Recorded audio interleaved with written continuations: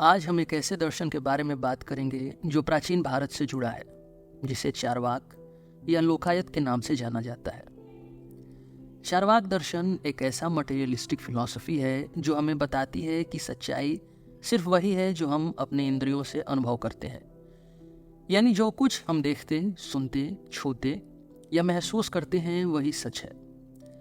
और इस फिलॉसफी का मूल सिद्धांत है प्रत्यक्ष, यानी डायरेक्ट परसेप्शन ही ज्ञान का असली और एकमात्र माध्यम है। चारवाक दर्शन एक एंशिएंट भारतीय दर्शन है जो मटेरियलिज्म पर आधारित है। यह दर्शन इस बात पर जोर देता है कि हमारी जो भी सोच, जो भी विचार हैं, वो सब हमारे आसपास की दुनिया को अनुभव करने से बनते हैं। चारवाक कहते हैं कि हमारे इंद्रियों के जरिए जो कुछ भी हम महसूस करते हैं वही सच होता है। इसलिए यह दर्शन रीजन और लॉजिक को समझने का एक मेन तरीका माना जाता है। इस फिलॉसफी की सबसे बड़ी सिद्धांत ये है कि अनुमान यानी स्पेकुलेशन और शब्द यानी टेस्टमनी की कोई सच्चाई नहीं होती जब तक हमने उनका डायरेक्ट अनुभव न किया हो। इसलिए चारवाक दर्शन इन चीज़ों को रिजेक्ट करता है और केवल अपने अनुभव पर विश्वास करने की सलाह देता है। इस पॉडकास्ट में हम ये जानेंगे कि कैसे चारवाक फिलॉसफी का कहना है कि दुनिया का असली स्वरूप बस वही है जो हमारी इंद्रियों के माध्यम से प्रत्यक्ष रूप से प्राप्त होता है। जो हम देखते, सुनते, छूते या स्वाद लेते हैं वही सच है। अनुमान या किसी के कहने पर विश्वास करना चारवाक के सिद्धांतों के खिलाफ है। इसलिए ये एक दर्शन है जो डायरेक्टली हमारी डेली लाइफ से जुड़ा है, क्योंकि ये हमें वर्तमान में जीने की सलाह देता है। तो आइए शुरू करते हैं चारवाक फिलॉसफी का सफर और समझते हैं इस दर्शन के विचारों को और उनका हमारी जिंदगी पर क्या असर हो सकता है। चारवाक दर्शन, जो प्राचीन भारत में लोकायत के नाम से भी जाना जाता है, एक ऐसा दर्शन है जो प्योरली मटेरियलिज्म पर आधारित है। इस फिलॉसफी का प्रमुख सिद्धांत है कि दुनिया और जीवन को समझने के लिए हमें सिर्फ अपने अनुभव यानी एक्सपीरियंस और तर्क यानी रीजन का सहारा लेना चाहिए। यानी हमारी इंद्रियों के जरिए जो कुछ हम डायरेक्टली देखते, सुनते या महसूस करते हैं वही ज्ञान का एकमात्र सही माध्यम है। इसलिए चारवाक का दर्शन प्रत्यक्ष को सच्चाई और ज्ञान का असली सोर्स मानता है। लोकायत का अर्थ है लोगों का रास्ता या कॉमन पीपल्स फिलॉसफी, क्योंकि यह दर्शन व्यक्ति के रोज के जीवन और उसके आसपास की दुनिया को समझने पर जोर देता है। ये धार्मिक रिचुअल्स और मेटाफिजिकल आइडियाज को अस्वीकार करता है और केवल वर्तमान, यथार्थ और टेंजिबली महसूस की जाने वाली चीजों पर अपना ध्यान केंद्रित करता है। इस दर्शन का एक प्रमुख विचार यह भी है कि सब कुछ 5 महाभूतों पृथ्वी, जल, अग्नि, वायु और आकाश से बना है और ये एलिमेंट्स मिलकर ही संसार की सभी चीजों को रूप देते हैं, चाहे वो जीवन हो या निजी चेतना यानी कॉन्शियसनेस। चारवाक का सबसे बड़ा और मूल सिद्धांत प्रत्यक्ष यानी डायरेक्ट परसेप्शन है। उनका कहना है कि ज्ञान का असली माध्यम वही है जो हम अपने इंद्रियों के जरिए डायरेक्टली एक्सपीरियंस करते हैं। यानी जो कुछ हम अपनी आंखों से देखते हैं, कानों से सुनते हैं या हाथों से छूते हैं वही सच है। किसी भी चीज को तब तक सच नहीं माना जा सकता जब तक हमने उसे अपने इंद्रियों के माध्यम से डायरेक्टली अनुभव न किया हो। अनुमान यानी इन्फरेंस और शब्द यानी टेस्टमनी को चारवाक झूठ या भ्रम के रूप में देखते हैं। उनका मानना है कि ये दोनों माध्यम गलत हो सकते हैं, क्योंकि ये दूसरे के कहने या अंदाज से निकले ज्ञान पर आधारित होते हैं, जो हमेशा सच नहीं होता। चारवाक के नज़र में अगर कोई चीज़ आप अपने इंद्रियों के माध्यम से प्रत्यक्ष रूप से नहीं देख रहे हैं तो उस चीज़ का कोई असली अर्थ नहीं है। यह सिद्धांत रैशनैलिटी और लॉजिक के ऊपर भी जोर देता है, जो चारवाक फिलॉसफी को एक प्रैक्टिकल और साइंटिफिक अप्रोच बनाता है। उन्होंने तर्क और लॉजिक को अपने जीवन और दुनिया को समझने के लिए ज़रूरी माना है। चार्वाक दर्शन कहता है कि धार्मिक रिचुअल्स और पूजा पाठ का कोई ठोस आधार नहीं है, क्योंकि इनको हम डायरेक्ट अनुभव के जरिए नहीं समझ सकते। इसलिए चार्वाक के अनुयायी धार्मिक अनुष्ठानों, यज्ञ और पूजा को ज्ञान का सही माध्यम नहीं मानते। ये दर्शन सुपरस्टिशन और धार्मिक भ्रमों को रिजेक्ट करता है। चार्वाक का मानना था कि ये रिचुअल्स सिर्फ भ्रम और धोखा है, जो व्यक्ति को अपने वास्तुवादी यानी मटेरियलिस्टिक विचारधारा से दूर ले जाते हैं। चार्वाक का स्केप्टिसिज्म केवल धार्मिक रिचुअल्स तक सीमित नहीं था। उन्होंने धार्मिक ग्रंथों जैसे वेदास और उपनिषद को भी विरोध किया, क्योंकि इन ग्रंथों के अध्ययन को प्रत्यक्ष ज्ञान का सही माध्यम नहीं माना जा सकता। ये ग्रंथ अनुमान और शब्द के जरिए ज्ञान देते हैं, जो चार्वाक के सिद्धांतों के खिलाफ है। इस दर्शन के अनुसार एक जीवन का मूल उद्देश्य ये होना चाहिए कि व्यक्ति अपने वर्तमान जीवन में सुख और सुविधा का अनुभव करे, क्योंकि चार्वाक पुनर्जन्म, आत्मा और मोक्ष जैसे सिद्धांतों को भी रिजेक्ट करते हैं। उनका कहना है कि जीवन के बाद कुछ नहीं होता, इसलिए हमारी पूरी जिंदगी इसी दुनिया में है और यही सच है। इसलिए किसी भी आध्यात्मिक या धार्मिक रिचुअल्स में अपना समय व्यर्थ करने के बजाय अपने जीवन में आने वाले हर अनुभव का जीवन रस लेना सबसे महत्वपूर्ण है। चार्वाक फिलॉसफी का एक यूनिक एस्पेक्ट ये है कि ये हमें दुनिया को एक प्रैक्टिकल तरीके से दिखने के लिए तैयार करती है। ये दर्शन व्यक्ति को अपने आसपास के अनुभव को समझने, लॉजिक और रीजनिंग का उपयोग करने और झूठी धार्मिक सोच से दूर रहने का संदेश देता है। जब तक हम किसी चीज का डायरेक्ट अनुभव नहीं करते, हम उसे सच नहीं मान सकते। यही चार्वाक का मूल सिद्धांत था। इनके लिए वर्तमान का जीना ही सब कुछ था और सुख, समृद्धि और अनुभव का महत्व व्यक्ति के जीवन में सबसे ऊपर था। धार्मिक रीति रिवाजों और मेटाफिजिकल चर्चाओं को प्रत्यक्ष ज्ञान के बिना एक्सेप्ट करना चार्वाक के विचारधारा के बिल्कुल विरुद्ध था। चार्वाक दर्शन का मूल सिद्धांत वास्तुवाद या मटेरियलिज्म है, जिसमें यह माना जाता है कि संसार में सब कुछ 5 महाभूतों पृथ्वी यानी अर्थ, जल यानी वाटर, अग्नि यानी फायर, वायु यानी एयर और आकाश यानी ईथर के सम्मिलित होने से बनता है।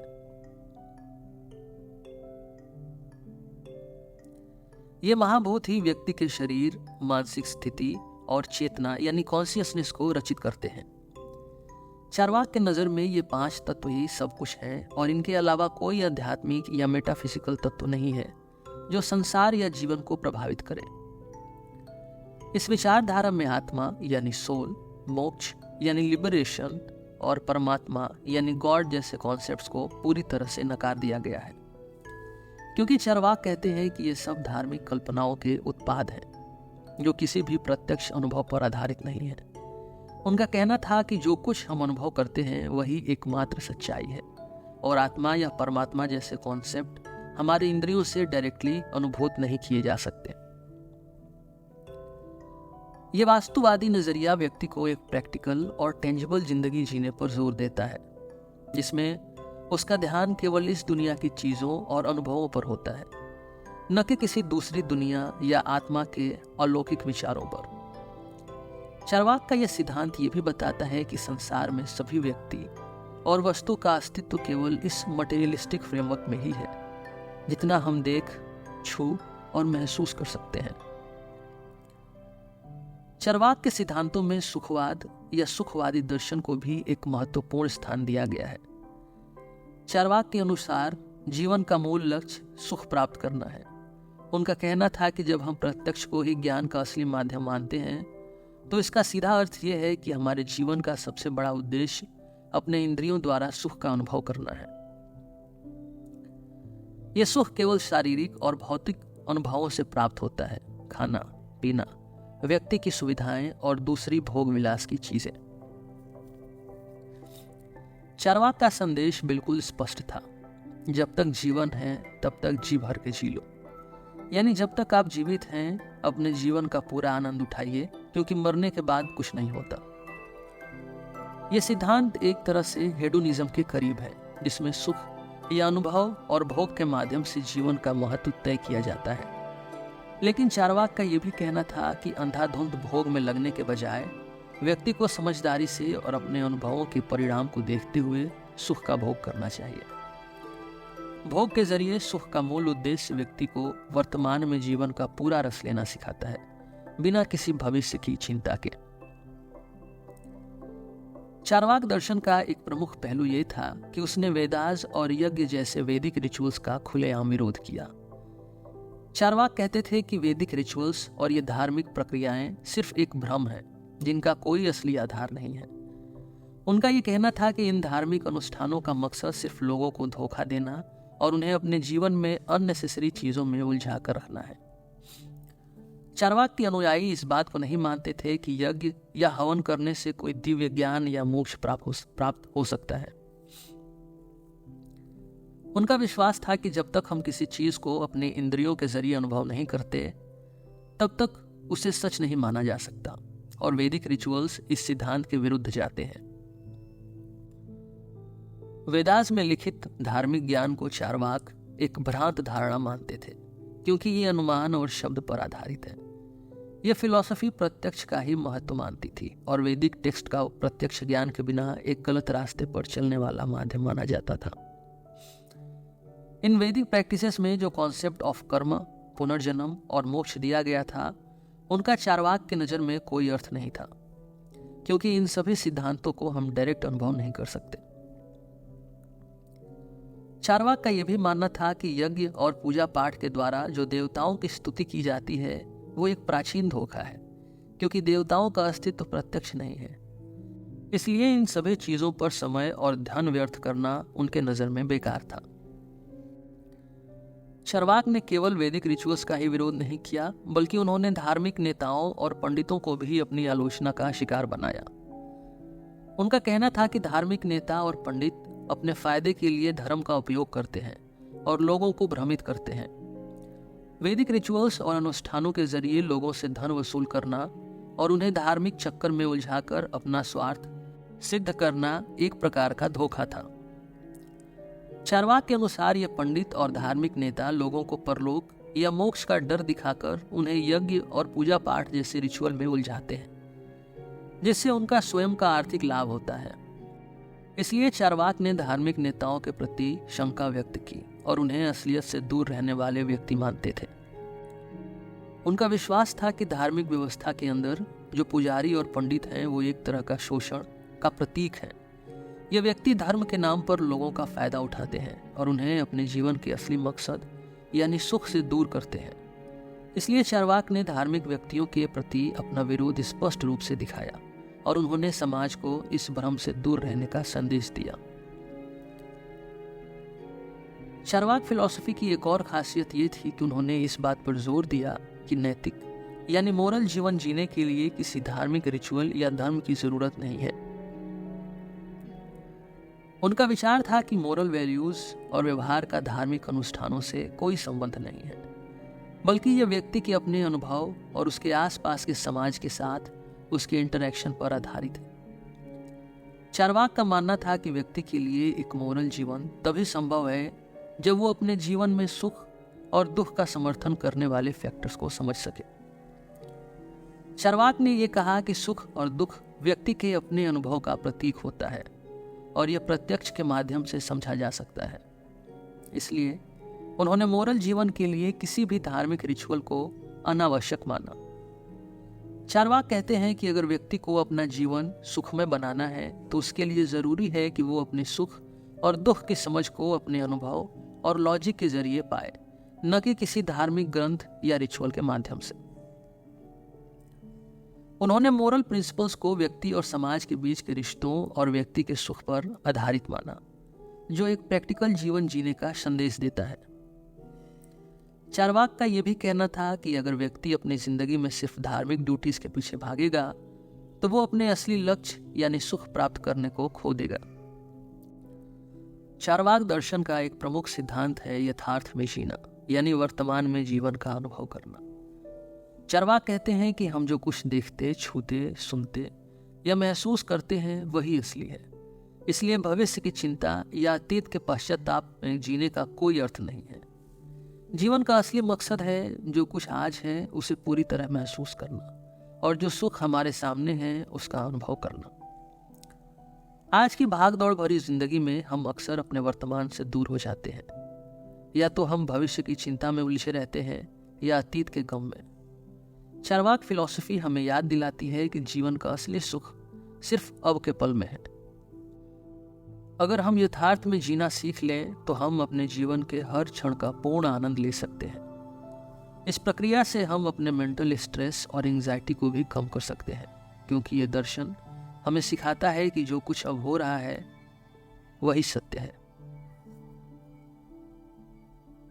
चारवाक के अनुसार जीवन का मूल उद्देश्य है सुख प्राप्त करना।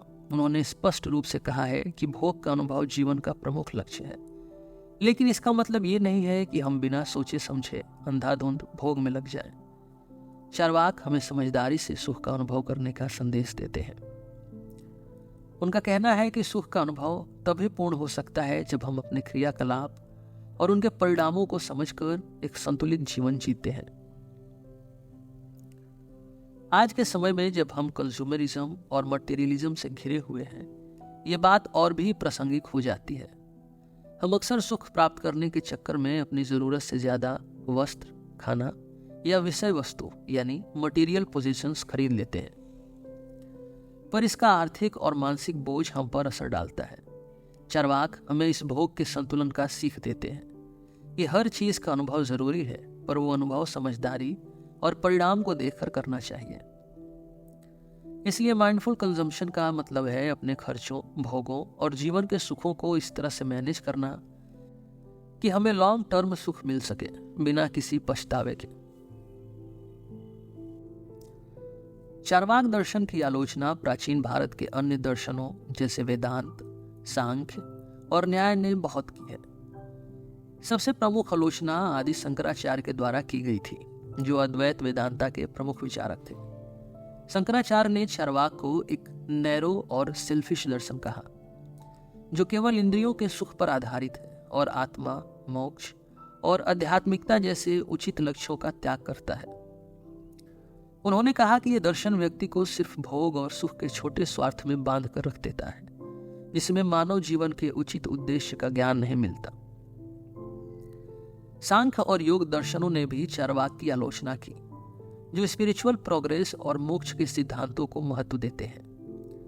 उनके अनुसार चारवाक का मटेरियलिस्टिक अप्रोच आत्मा के उचित गुणों का ज्ञान नहीं दे सकता और यह व्यक्ति को सिर्फ शारीरिक और सांसारिक सुखों तक सीमित रखने का संदेश देता है।